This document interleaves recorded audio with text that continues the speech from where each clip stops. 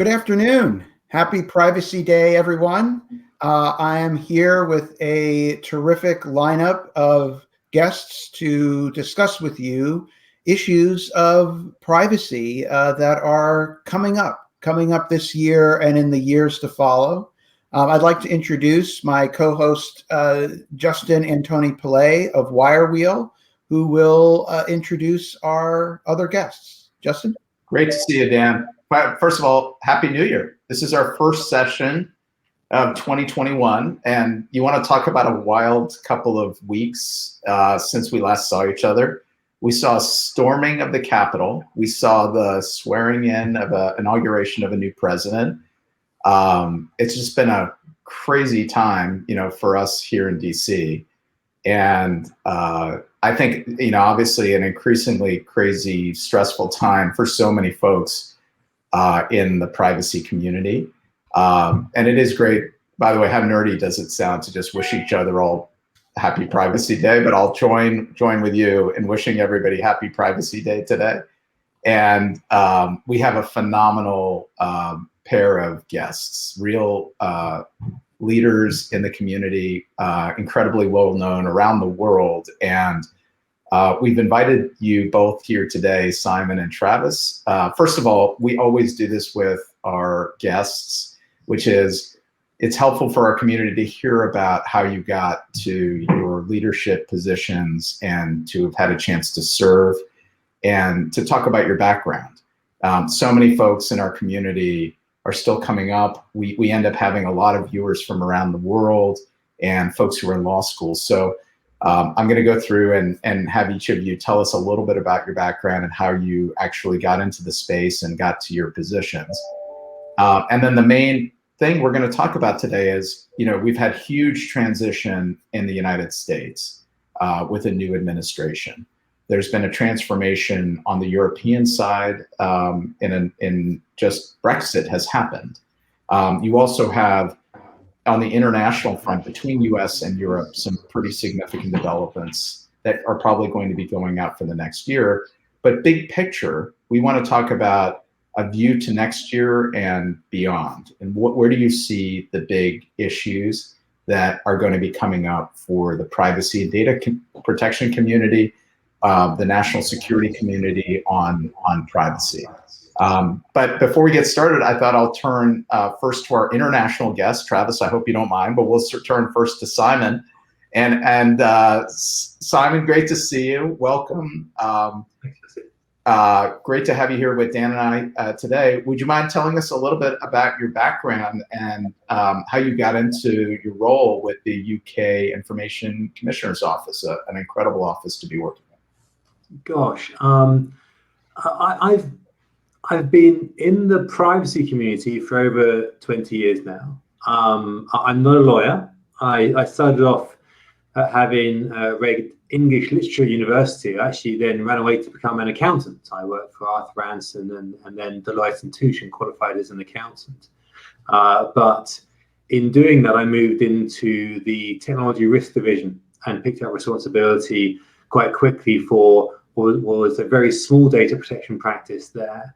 And then set up a more structured team for Deloitte & Touche in the UK in the mid-2000s. And then a global team for a firm called Promontory that some of your viewers will be familiar with, and ran that practice until 2018. So I spent most of my career in professional services in the private sector. I always wanted to do some time in public service. And coming out of GDPR in Europe and had a very busy time with GDPR, it felt like the right time to see if I could do something there, and the stars aligned. And I joined the executive of the UK Information Commissioner's Office in October 2018. So in the end, I'll return back to the private sector. My term with the ICO finishes middle of this year. But it's been a fantastic time to be a regulator. And perversely, I'm sure we'll go into this, but whilst COVID is an absolutely terrible experience, it's been very rewarding to be able to be in the regulatory community and make the smallest of differences to how this pandemic has unfolded. Yeah, well, look, there's a lot to talk about. I really appreciate the background, Simon, and to have come in the way you did and then be eyewitness to Brexit, COVID, and so many other big developments on the UK side and on the European side and the national stage. I bet there's a lot of things you'll be able to add to the conversation here very shortly. There's a lot we can cover there. My initial remit was covering technology and innovation, and then lastly, our regulatory strategy. But I've also been our accountable executive for all of our COVID response in the last year, and that's really, as you can imagine, dominated the day job. So I'm sure we'll get on to all those points along the way. Yeah, that sounds great. Well, look, with that, let's introduce our other special guest here today, Travis LeBlanc from Cooley. Can you hear us okay, Travis?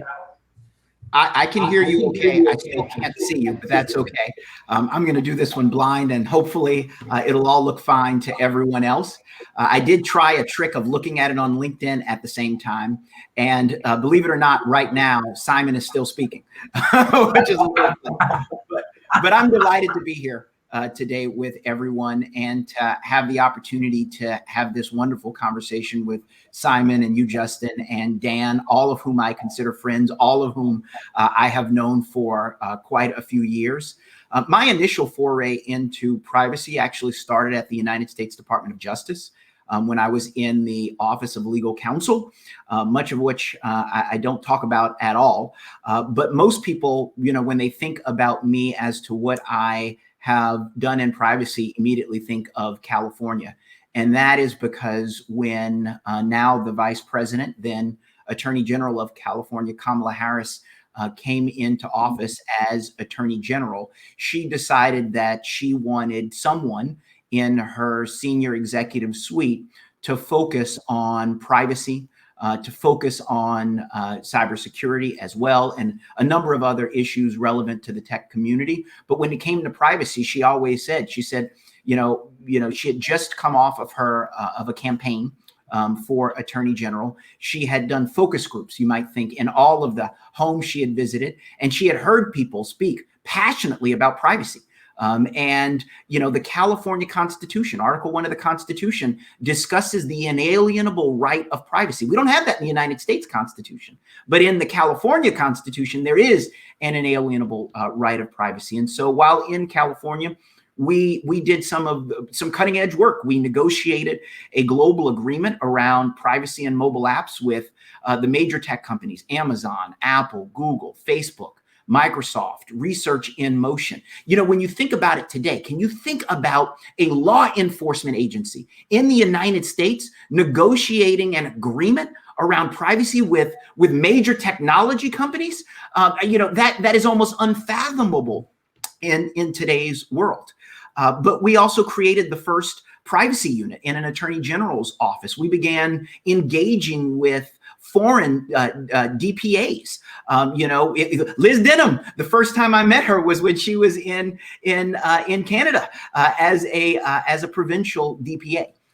And then from the California AG's office, I went to the Federal Communications Commission at the end of the Obama administration, where I was the chief of enforcement there, and brought the first data security actions brought by the FCC, and also really spearheaded a lot of the privacy work. Spent a lot of time working on a privacy rulemaking that we did at the end of the administration. Unfortunately, was reversed by a new Congress in 2017 when they came in, but we did a lot of work on that. And since the Obama administration, I was first appointed during the Trump administration by the Department of Commerce and the European Commission to serve as an arbitrator under the former Privacy Shield framework, and then subsequently resigned from that position when President Trump nominated me and the Senate confirmed me to a position on the United States Privacy and Civil Liberties Oversight Board, where I serve along today, as well as working in a law firm, Cooley, working in the cyber and privacy practice there too. Delighted to be here with all of you today. And looking forward to it. Again, phenomenal and always helpful to hear the journey, because this is one of those areas, just as Simon was saying, you can have a accounting background, you can have a legal background, you can come from DOJ, but there's also so much benefit from understanding the technology side, understanding how data moves. And you end up gaining that as you move through these different roles. Obviously, Travis, you've also had a pretty deep view of some of the national security implications on the privacy side, which sets us up for a really interesting conversation here today. And let me just say, as always, we're going to start our discussion. You'll see folks from around the world joining, and it's always an honor to see such a wide variety of viewers on our session. If you do have questions, please post them, and we'll try to get to them during the conversation today. So I'm going to launch this off, and then Dan and I will sort of jump in with comments. But we'll start big picture, which is we're coming in, as I mentioned, to 2021 with just so many different major changes, and we could just list them again. And it's also in the context of COVID, and we're entering the phase, luckily, where folks are getting vaccinated. Some folks will be vaccinated, some folks won't. We're hoping our economies open back up. There are major changes in the governments on the European side and in the US side. So I'll just open it up for each of you to put two, we'll start with two predictions onto the table, and you can cover anything you like. And we'll start with our guests, Simon and Travis. What are two predictions you have for the year on the privacy, data protection, national security front that you think would be worth talking about? And then maybe Dan and I will weigh in if we can. Travis, shall I start? Yes, please. I don't mind starting. I'll start with two C's: COVID and competition. With COVID, I think we have achieved amazing things around the world in terms of the innovative sharing and use of health data. People have innovated during a crisis. I know that what I've seen in the UK is barriers being broken, which have stood for many years. Very often they're not regulatory barriers. Very often they're to do with culture, duties of confidentiality outside of data protection, legacy infrastructure. But the fact remains that in fighting this pandemic, the health sector has innovated admirably and has achieved amazing things. Often using different kinds of emergency measures in order to do so. So in the UK, we have a COPI notice, a confidentiality of patient information notice. I think one of the challenges for this year will be to find ways to carry on using health data productively as the pandemic recedes and the public interest balance rebalances, and we need to kind of get back to business as usual. So I think that's a really important debate, because we need to get something out of this current crisis, and we should be able to use health data better coming out of this current crisis. So that's my first point. But my second point is a pretty obvious one, but it is going to be a big trend, which is around privacy and competition together. This is a really fascinating dynamic. One of the first things I did when I joined the ICO executive was come over to some FTC hearings on privacy and competition. This would have been in the fall of 2018. And it was a very nascent debate there. It was visionary of the FTC to convene that discussion.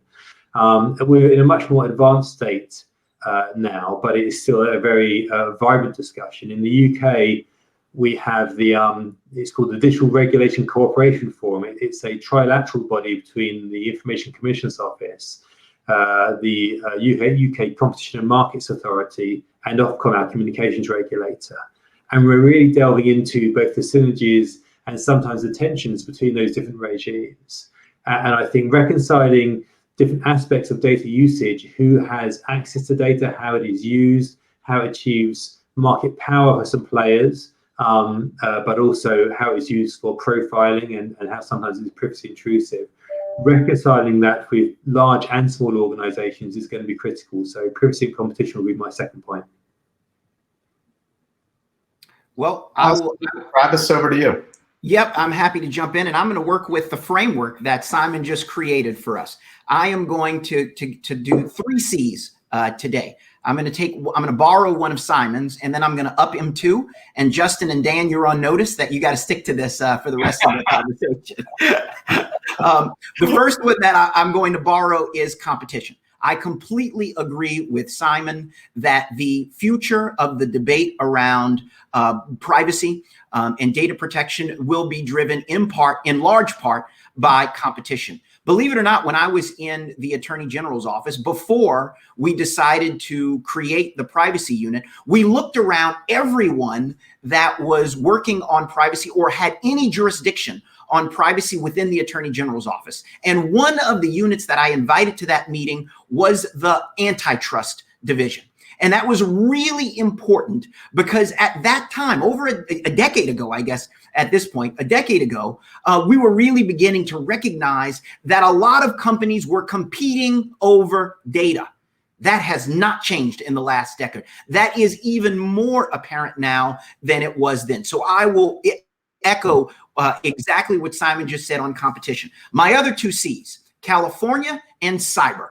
On California, I think the biggest development there is we have a brand new data protection authority that is being set up right now in the state of California. That is going to be huge because it's going to have a budget that is substantially more than the Attorney General's office. It'll be at least $10 million. That likely will lead to a staff of at least 50. And Dan and Justin, I know that you had Alistair on not too long ago, so I won't go, I won't repeat anything that he said, but I will note that that agency has rulemaking authority.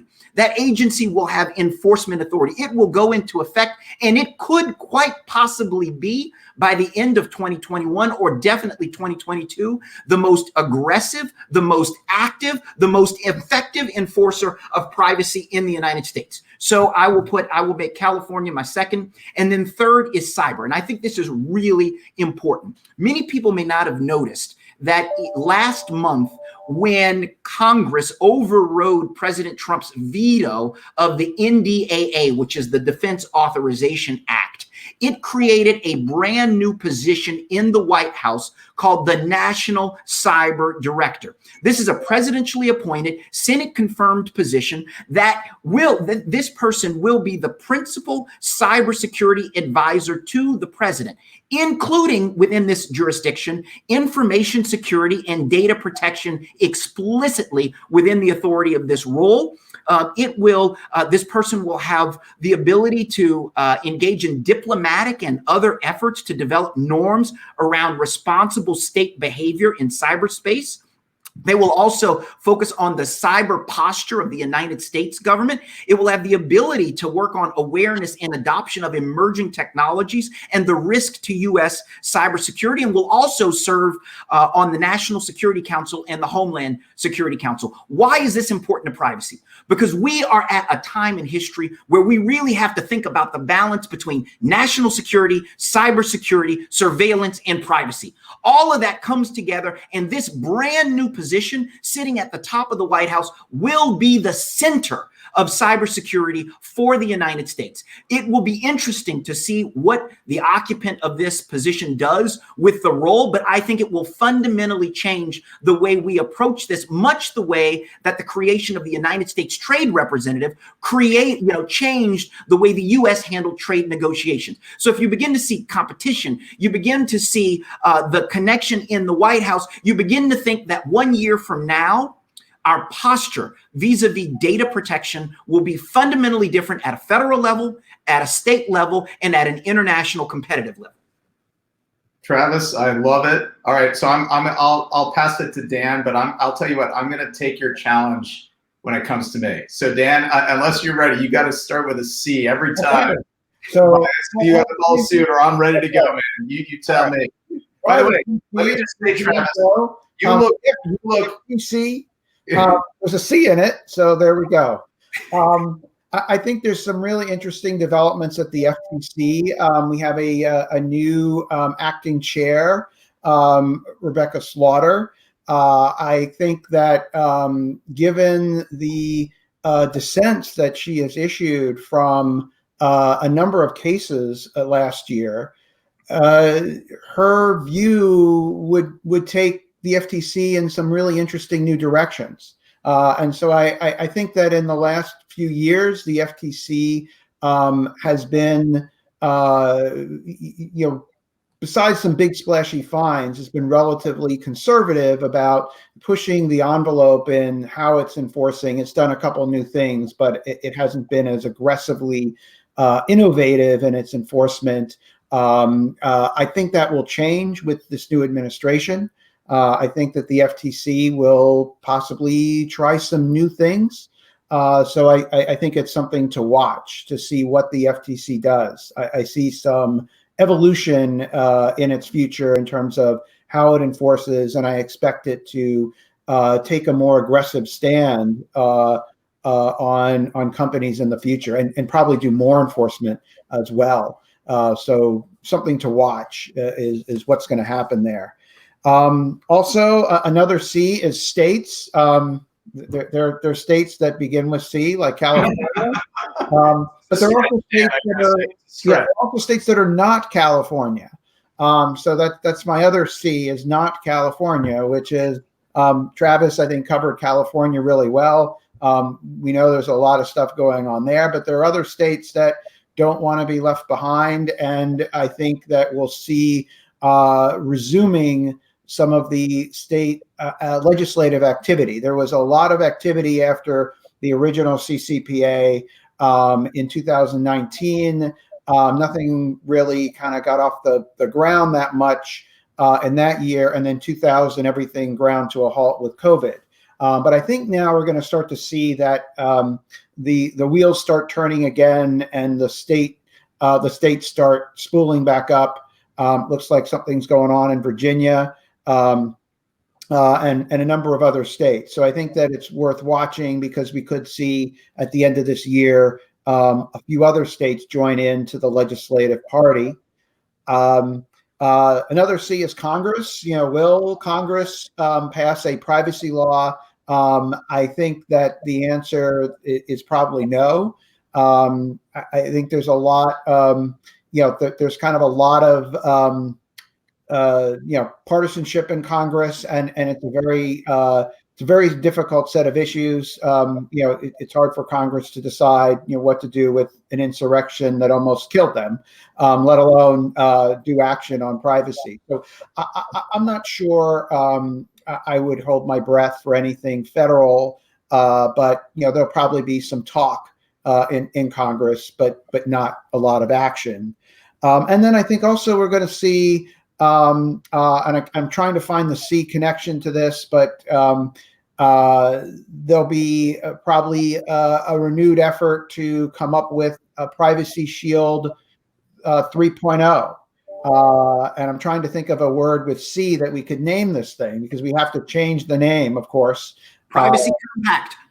Yeah, that's it. It has to be something new, because they always have to change it so that I build all my training around it and put in, I had my illustrator draw all sorts of ships and harbors for Safe Harbor. And then all that got wiped out because Justin had to make a deal.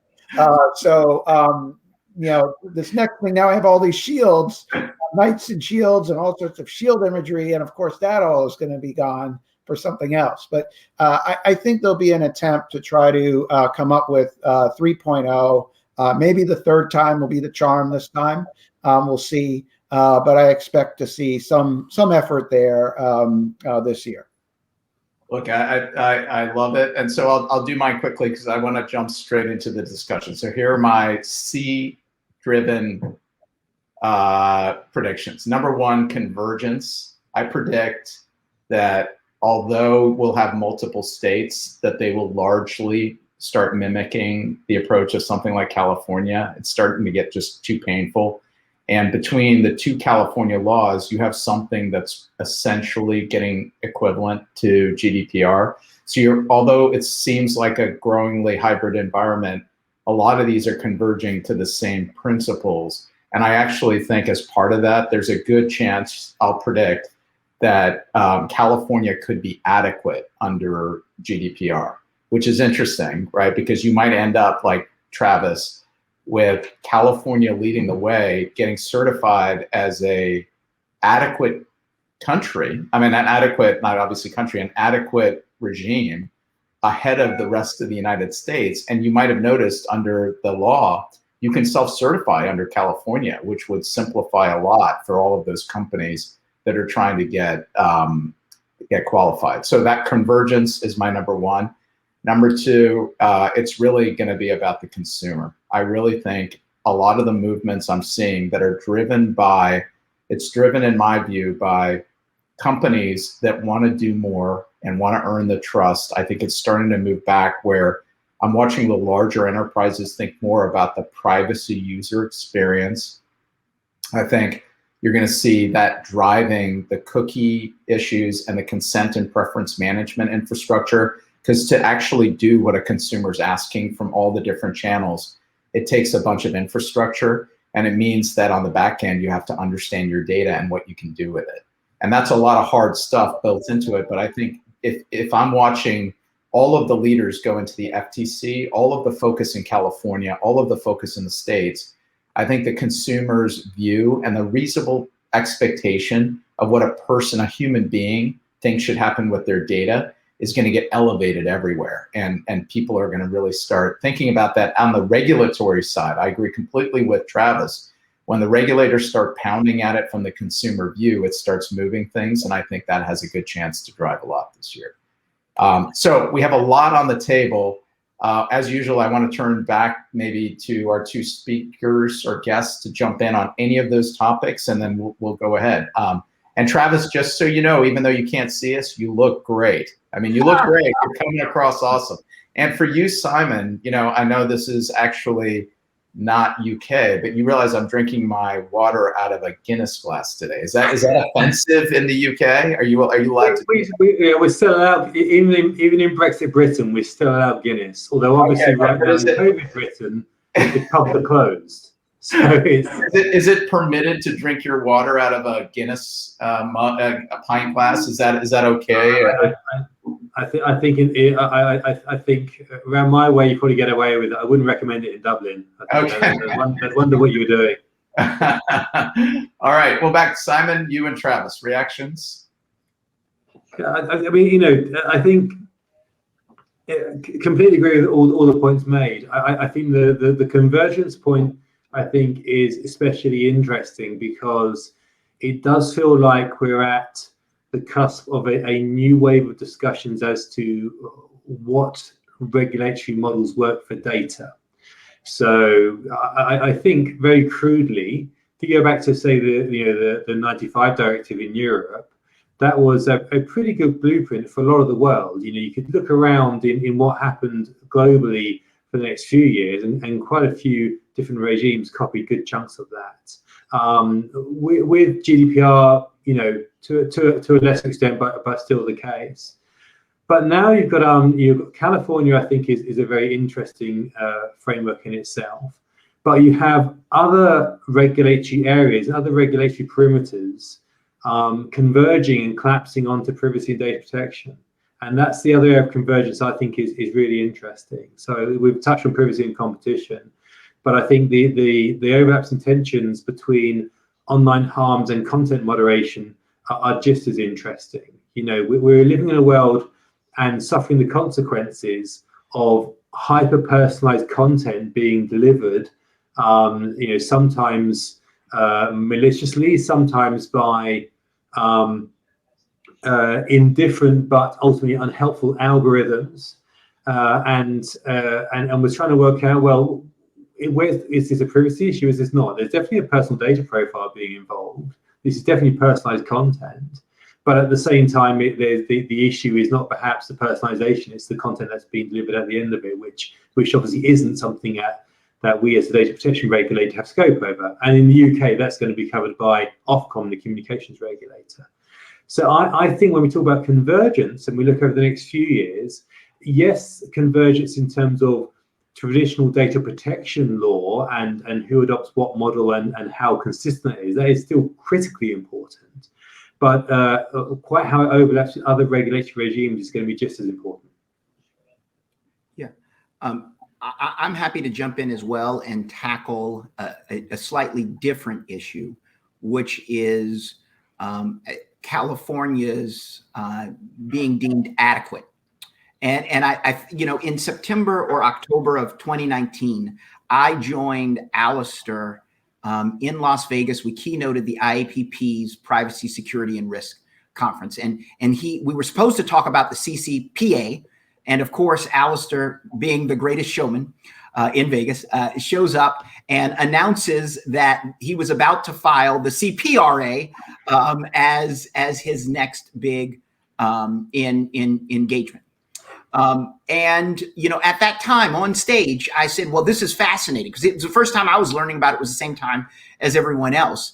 And I said, it may be that California could be deemed adequate, after the CPRA. And some very famous people in the privacy world, they laughed at me. They said, this is the biggest joke under the sun. But it was, again, fall of 2019, I made that prediction. However, at that time, we didn't have the Schrems 2 decision, right? That doesn't come until July of 2020. And the challenge that I face in trying to imagine a world in which California is deemed adequate is it seems to fundamentally contradict the premises for the striking down of Privacy Shield. If the concerns are around Section 702 of the Foreign Intelligence Surveillance Act, if the concern is around Executive Order 12333, if the concern is around the lack of redress rights for non-U.S. persons to challenge intelligence surveillance in the United States, if the concern is around the lack of an independent ombudsperson that can address complaints from European persons, it is very hard for me to see how California is going to get around those concerns. They are a part, at least as of right now, a part of the United States, and in all likelihood will continue to be a part of the United States. So I'm very confused as to how that— Travis, look, you can't see me, but I'm nodding. I agree with you. I think the only way it can be adequate is if there's a Privacy Shield 2, which I think there will be. I think there will be a Privacy Shield 2. I think they'll work out the redress issues, because there's so many companies. I'm interested in the reaction. I love the passion. It's coming through. But I agree with you. I think part of it is I agreed with Dan's view that there's going to be a Privacy Shield 2. There's so many small, medium-sized companies around the country that are doing the right thing, voluntarily submitting themselves to higher standards and trying to comply so that they can do business around the world bidirectionally, U.S., to Europe and UK, and bidirectionally. And I have confidence that between the commitment from the United States and Europe, that they'll get some. And honestly, I think the Peak Club is going to be absolutely critical to that. The Peak Club has actually built up a tremendous amount of credibility in terms of being an overseer for the civil liberties here, and I think it's going to enable us through a combination of different steps to have something that will put Privacy Shield back in place. And my view is, once you have Privacy Shield back in place and we've solved that problem, that gives a path for California to be adequate. So I agree with you, but I think I have more optimism about the path on Privacy Shield. Yeah, and Justin, I should say that I too think there will be whether you see it as Privacy Shield 2 or Safe Harbor 3, I think that is definitely likely to come. What I'm struggling with is whether the ECJ or the CJEU will go along with whatever deal the European Commission signs off on. And I think what we saw in Schrems 2 was a resounding vote of a lack of confidence by the ECJ in the Commission, and sort of not quite thinking that they get the fundamental rights of Europeans. And so the question will be, how do they negotiate that deal in a way that it can be sold to the court, especially when we know that there are several other countries in the world that engage in the same kinds of surveillance activities as the United States. The UK is with us today. but it's not the only one. It does look like the UK is cruising towards adequacy. We know that Israel has been deemed adequate as well. We know that there's a whole list of others. And the question becomes, how do we get the United States through that such that it can survive, a privacy shield too, and ultimately have it be enforced and not find ourselves in 2 years back in the same position. And I fear, Justin, that it's going to take real changes to law in the United States and not merely creating new offices. But I'm encouraged by the fact that I think that executive order could achieve a lot of this. I have no faith in Congress really to be able to do much, but in terms of an executive order that could create more accountability at the NSA and other government surveillance agencies, that could be done. Internal procedures could be put into place that could achieve that. And then the thing we'd have to query is will the CJEU accept that? I think with Privacy Shield, some things were attempted, but it quite honestly, when I looked at it, it's not that dramatically different than Safe Harbor. It looked like a couple clicks stronger, but it wasn't a radical paradigm shift. And it was it was in response to the Snowden disclosures. I think that the more dramatic change was called for and was expected. So I'm just reading my sense of things from reading the opinions. Is I think with a more dramatic looking change, they might go for it. But I think that if we just take Privacy Shield and spice it up just a tad, it probably won't fly. But and I think that the hope that calling them out on inconsistency, I don't think really is an effective strategy, and I don't know why everyone seems to keep trying to do this as if that's going to be a winning argument. But I hear this comment coming, well, what about this? And how could they, because I wonder too, how could they give adequacy to the countries they gave adequacy to? When I look at those laws, they're weaker than a lot of other laws that aren't deemed adequate. So I ultimately think there's a lot of politics involved at the court and just generally with these decisions.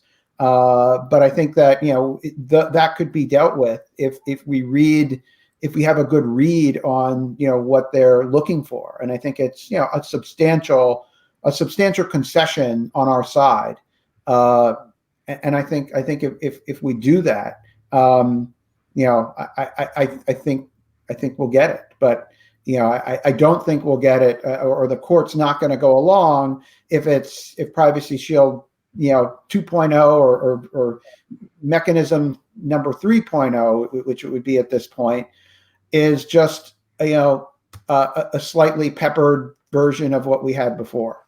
So Dan, I agree with you, by the way, Dan, on that. I mean, what I would be concerned about with executive action alone is that we had Executive Order 12333. We had in the Obama administration Presidential Policy Directive 28, which made quite clear that it was the duty of the intelligence community to ensure the protection of the privacy of all people in all countries. And yet the reception of those executive actions was, well, that's true, but the next president can come in and change it. And so what we want in Europe is something that's permanent, something that is statutory. And so that's my concern there, is that people seem to presume that an executive order is sub law, even though it has the force of law in the United States. But I do share with you that it's clear that, describing the, hypocrisy or describing the differences between, what other countries do and what the United States do is probably not going to be productive in getting there. But it does recognize that the fundamental issue is more political in all likelihood than it is actually the specific protections that are put in place. Yeah, and that's a great point. I'm going to pivot over to Simon. And Simon, you can talk about any of these subjects. Obviously, we've covered that one quite a bit. You've been spending, for example, a lot of time on the AI and COVID policy as well, which I know is going to drive a lot of the work in the next year, Simon. So any other reactions to the discussion from your side? Well, I think let's go back to this discussion around AI and whether that's really going to be a big factor in the next year. I'm going to be a bit contrarian here, and whilst I am a massive fan of AI and I find the technology very exciting, I would, in terms of it as a data protection issue, I would actually slightly downplay it over the next year. A couple of reasons for that. First, just an observation. I think it was striking how, with some very notable exceptions, but it's striking how AI wasn't much of a factor during the COVID pandemic, partly because it was a very novel situation, so we didn't have swathes of training data to use, and partly because people fell back onto trusted technologies. And that's a vast generalization, I appreciate, but AI didn't come and save us in this regard. But my observation is we've got quite a vibrant debate, at least in the UK right now, about do we need more regulation around AI, or how should that be working? And when I dig into it, I see a lot of generic technology anxiety, which actually isn't anything to do with AI. It's just to do with themes we've seen for a long time about imbalances of power and mistrust of innovation, which are big issues. But it's basically data processing, data protection, bread and butter around transparency and security and individual rights. I then see a really interesting middle tier, which is where I think a lot of the action is going to be, which is about automated decision making, but not necessarily to do with AI. So in the UK, we had big issues last year with algorithms being utilized by our exam bodies to award grades to students, which in the end were rescinded because they were perceived to be unfair. But it wasn't AI, it was just use of algorithms. And so I think use of technology to make decisions about people is going to be a big thing, but that's not necessarily AI.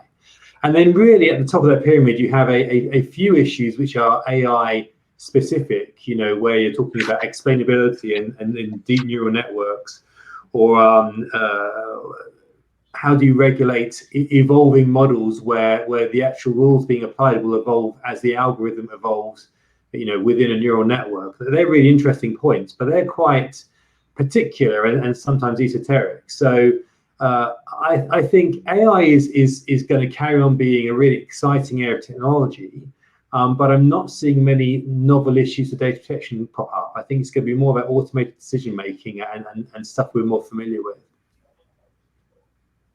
That makes great sense.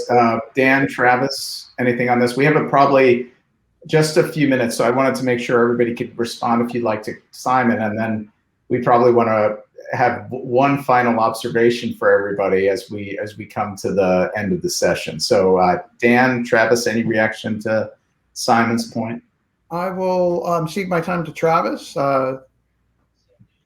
Thank you, Dan. I think that Europe is way ahead of the United States, Europe and the UK, when it comes to thinking about artificial intelligence, when it comes to thinking about algorithmic decision making.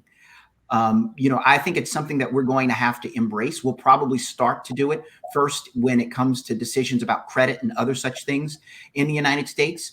I'm heartened that just yesterday, I think it was, the National Security Commission on Artificial Intelligence put out its draft report about how the United States ought to approach the use of AI in the national security context. It raises a lot of questions about how to protect privacy, the agencies that should be involved, including the PCLOB. But it is one of the first real forward-looking government approaches, holistically, strategic approaches towards artificial intelligence that we really are getting out of the United States.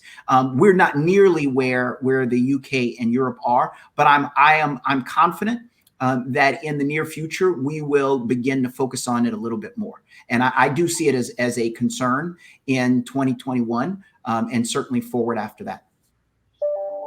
Awesome. Oh, well, look, this has been an awesome discussion. So I'll put a couple of options out as a closing prediction question. Okay, so here's one, but you can choose or pick your own. So what's your big prediction for 2022? Like, what's something we're not thinking about that it's not going to come this year, but may come the following year?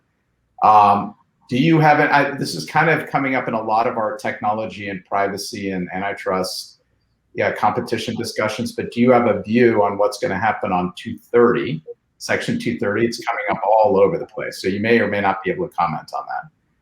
And the other one is there a prediction you have about a development in your own, for you, Simon, on your side, on a law or approach from the UK side, or is there going to be any development on a national privacy law in any way this year, next year? So pick your prediction or tell us something else that you'd like to tackle, and that'll be a way for us to close up today. So who'd like to jump in first?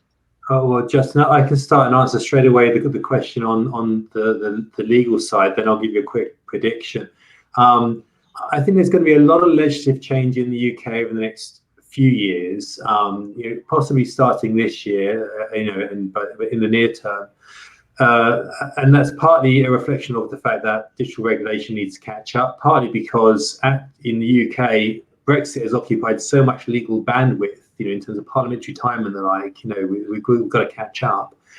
But there's going to be, we had the Furman report around competition. That means it's likely to be changes to the competition regime that all may involve legislation. There's going to be an online harms bill covering online harms. And the UK National Data Strategy spoke about reforming the UK data protection regime. So that's three vehicles popping up along the way in the near term, which all interact with one another. So it's going to be a very interesting not to unpick how all these different pieces of regulation going through and legislation go through at the same time, how they interact with each other. And that's, so that's going to be fun to watch and maybe be involved with. In terms of my prediction for 2022, I would zero in on privacy enhancing technologies, homomorphic encryption, secure multi-party computing, federated learning, all those kind of things. They've been there in labs for a long time. They are being used at scale already by the large technology firms in some cases, but they are on the cusp of being truly scalable and distributable to many more organizations. And fingers crossed, they will solve some of the privacy tensions and paradoxes that we have to deal with, where we have organizations making best efforts to get value from information, but struggling with who they can share the information with, how they can disclose it. And it just feels that now when I look at some of these emerging technologies, they're there, they work, but not necessarily fast enough or big enough, but they are just on the cusp of getting there. So I think give it another year and they'll be making very big differences to a lot of business as usual data processing. Yeah, that's terrific, Simon. So maybe with that, over to you, Travis. Predictions of any responses on any of them. So I am happy to tackle the 230 because we haven't discussed Communications Decency Act Section 230, which for some of those around the United States, outside of the United States, is a provision that allows liability, that frees information content providers from liability for the content posted by their users. In short, there's been a big debate in the United States over whether or not that liability shield should be removed, mostly directed towards social media companies and spawned by former President Trump. I think there were a lot of people that thought that when he left office, the debate over Section 230 might end. I think it's now beyond apparent that the debate is continuing and that it's not about to end anytime soon. And so, buying into my want for a spirit of optimism for in the spirit of unity and the spirit of bipartisanship, I am going to posit the possibility that there may be room for a bipartisan agreement to exchange something on Section 230 for that data privacy legislation that Dan thought is not coming in this Congress. It's an interesting idea to sort of see that if you think about where you might be able to find a zone for agreement, might you be able to bring together, Republicans around, in particular around reform of 230, to get through a Democratic prioritization for privacy legislation. And I wonder whether there may be a path forward to use those two, pair them up together, and end up with a potential solution. So that's my interesting theory to put out there to posit for others, particularly those that have to negotiate these deals, which I do not. Awesome. All right. Well, Dan, over to you. You have a prediction? Yeah. Well, on 230, I mean, I've long wanted 230 reform, certainly not in the way that, and for the reasons that, it's been pushed right now. And I think that, ultimately, the reform I would like is that, why don't we actually do the 230 Restoration Act? Let's do 230. It's the exact same language, but just say that the courts will actually interpret the statute as it's written, which would actually work pretty well. Statute as it's written immunizes platforms for content supplied by others, but it does not get rid of distributor liability, which is that if you know or have reason to know that that content is harmful or defamatory or invasive of privacy, at that point, you have a responsibility to do something about it, or you're liable. That was how 230 is written. Courts have turned 230 into this, radical, First Amendment sledgehammer. But that wasn't the purpose of it. It wasn't how it was written. But it kind of got taken up and twisted. So I'd love to see that. I don't know how much appetite we're going to see from the Republicans on it now that Trump is gone. And ironically, if they got what they wanted on it, it further it would actually further strengthen decisions by ISPs to kick people off. So the whole thing is, I think that the problem is, I think just the way the debate has come up is it's just so, quite honestly, stupid and ignorant of how things function and how 230 functions, that I wonder if people come to their senses and realize kind of what's really going on, then I think they might be able, what they want might change a lot. So I'm not sure what's going on with 230. The debate makes no sense to me right now because everyone's arguing for changes in the law that are actually not in line with what they seemingly would want. So yeah, I would love to see 230 change, but right now it seems like a mess. I think we'll see what I think we're going to see in 2022 and maybe the latter half of this year is, what is going to happen when this new enforcement body in California is created. And I think, as Travis said, this is really going to be a enforcement body to watch. And as that body gets into action, as we see new regulations around the CCPA or whatever it's going to be called. I guess it'll still be called the CCPA, even though now we have the CPRA. But I think the CPRA just amends the CCPA. But we'll see this beefed up CCPA that now has this big beefed up enforcement body, which I think will lead to obviously more pressure on Congress to do something. Also will spark, I think, a lot more activity in companies to comply, as well as activity in the states. And I think we're going to see that really play out in 2022 because the law, I believe, becomes effective in the very beginning of 2023, all these new changes. So we're going to see that work its way through the system. Right now, it looks like everything's in shock. And we have all these big changes to the CCPA, but it's almost been very, very quiet about like, okay, this is what you're going to do. But I haven't seen a lot of movement yet to start complying with all of that. I think everyone's waiting to see what's going to happen. Well, we're going to see that this year, and then next year, I think we're going to see a lot of action. And then finally, I think that, I think we will start to see some movement on platform responsibility. I think we're going to see some changes. It's not just 230 that deals with platform responsibility. It's just more broadly, platform responsibility for items sold on the platform or anything being done on the platform. Right now, there's a very weird technology digital exceptionalism where various platforms and anything on the internet operates with a different set of rules than everybody else. And I think that I think when the world wakes up to this, I think as we are realizing that maybe that's not the best approach. And there needs to be greater responsibilities on platforms. And I think we're starting to see that movement. So I expect to see a lot more in this regard, whether it comes from Congress or the states or just consumer pressure. I think that the days where of the old days of the internet, where it's this free Wild West zone, where a whole different set of rules applies, and everyone's in love with the radical land of freedom online.